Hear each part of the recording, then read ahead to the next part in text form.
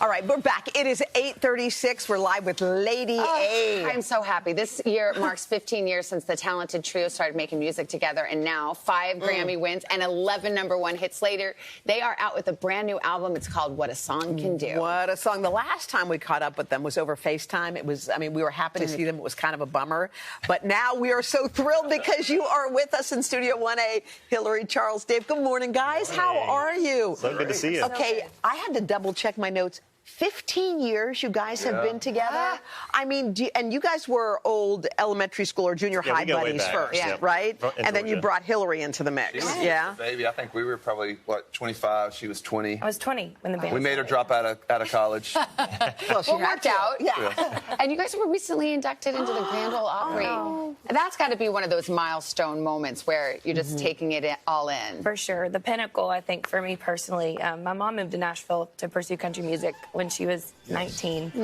To sing on the Opry was her goal. So the fact that we got to get that invitation. And this was so bizarre because I had played golf with Darius Rucker that day. Are you kidding? And he didn't let it out? And then he didn't tell you? And then he's there and he didn't tell me. And then he's there. And I was like, wait. What? Like, it never was the top of a conversation, hey, I'll be at the Grand Ole Opry tonight, and so will you. And so then once he started, I was like, something's up. So he's our closest friend in the industry. We've toured together so many times, and, I mean, he's one of my best friends of all time. And to have him kind of be that guy, it made us think about, too, you know, now next, you know, we get to, you know, hopefully invite someone into the Opry, too, as well. So. Y'all have put out such great music, but everyone, I think, changed a little during this pandemic. And everyone seems to come on has talked about, like, a different feel they have to their music. And you guys talked about this being the most personal of all your albums. Like, how so? What is it about this music? You know, I think we had more time than we've ever had to really think about the process, think about who we are as people, what we want to say as a band.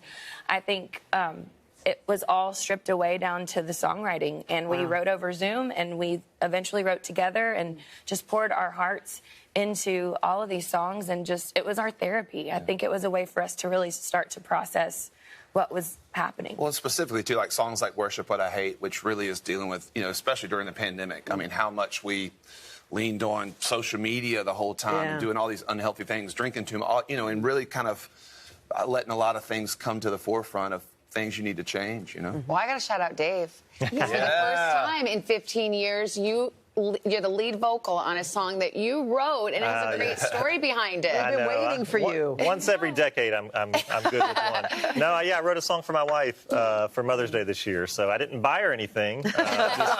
Just wrote her a song, and we were in the last few weeks of making the record, and I just texted Charles and Hillary. I'm like, if you hate this idea, but, you know, if people have been with us since the beginning, I think they know, you know, kind of what we all sort of bring to the table and what we do, and I was like, it might be a different character to kind of have on a record. So they were super supportive. I'm thankful. Y'all performed live last night in New York. I had some friends who were there, and they just talked about how magical it was. I mean, just the vibe of being able to sing to actual people. How's that been for you guys? It's been amazing. I mean, when we were able to tour, we did almost 3 months of a tour. We did miss a weekend, which was a miracle. Wow. And it was really, really special. We saw so many people, I think, just even if they were wearing masks, like through their eyes, just knowing that this was one of the first times they've experienced live music in a really long time. You guys did it backwards. You did tour, now you're releasing the album, and you've done some performances for us. We don't have live music in our studio yet, but I hope you come back when we do.